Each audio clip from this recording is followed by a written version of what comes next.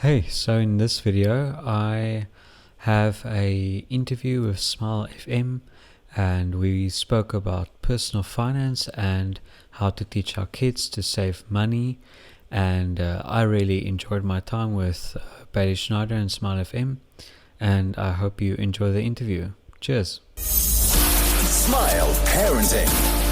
Andre Bothma, welcome to Smile Parenting. Thank you so much for joining me. How are you doing?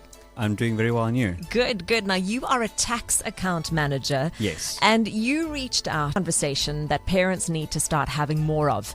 And that's about getting our children to save and to save for their future. And let's face it, kids don't want to save. They want to spend their money right now on those sweets and on that bicycle. But it's important to start instilling those tips right from an early age. Tell me about how you learned to save as a child. One of the first lessons I grew up with my granddad, and he told me, listen, if a bread costs 7 rand and you only have 6 rand, then you can't buy the bread. So now you have to get some more money. You have to do something else in order to get that bread. And, you know, if you make a list of all your savings, of all your little bit that you save, then maybe you can buy yourself that bicycle in a month's time instead of asking for it now. And so not going into debt, I suppose. Exactly, because you're saving for it and you're planning for what you want to get in future. Okay, so give us some tips that as parents we can really make a go of to instill that in our children.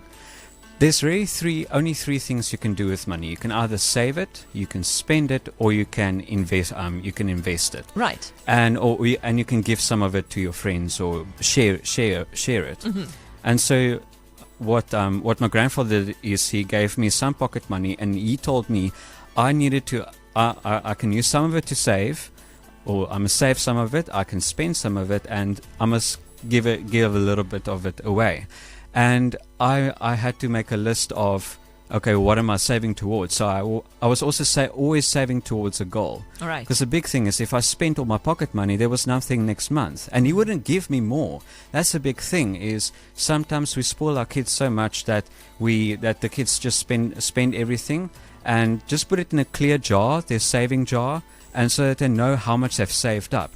And so let's say a bike costs 1,500 rand, and then you make a deal with your child. You say, okay, we'll put 50% down, right, and then you say 50% towards it, and that's how you also show you're invested in what your child wants. Right. Yeah. So when you say give money away, what do you mean by that?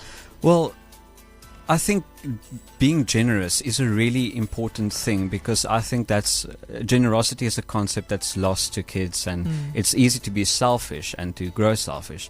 And if you learn to give, then you'll become more charitable as you grow older. It's easier to give to people who suffer.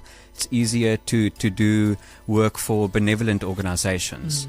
Also, if you become rich, you just become more of what you already are. Right. So if you're a generous person, you become a very generous person. I like that. So it's taking 20 rand of a kid's pocket money and going, right, this is going to go to the Red Cross Children's Hospital, or whatever the case is. Yeah. It just teaches that earning and giving. Or he can buy his friend a lunch. Right. At school, for example. I love that. Instead of just using it on himself. Andre Bothma, thank you so much for coming in. Thank you for being a part of Smile Parenting. You have a YouTube channel where you share more tips, and you can look it up on Andre Bothma.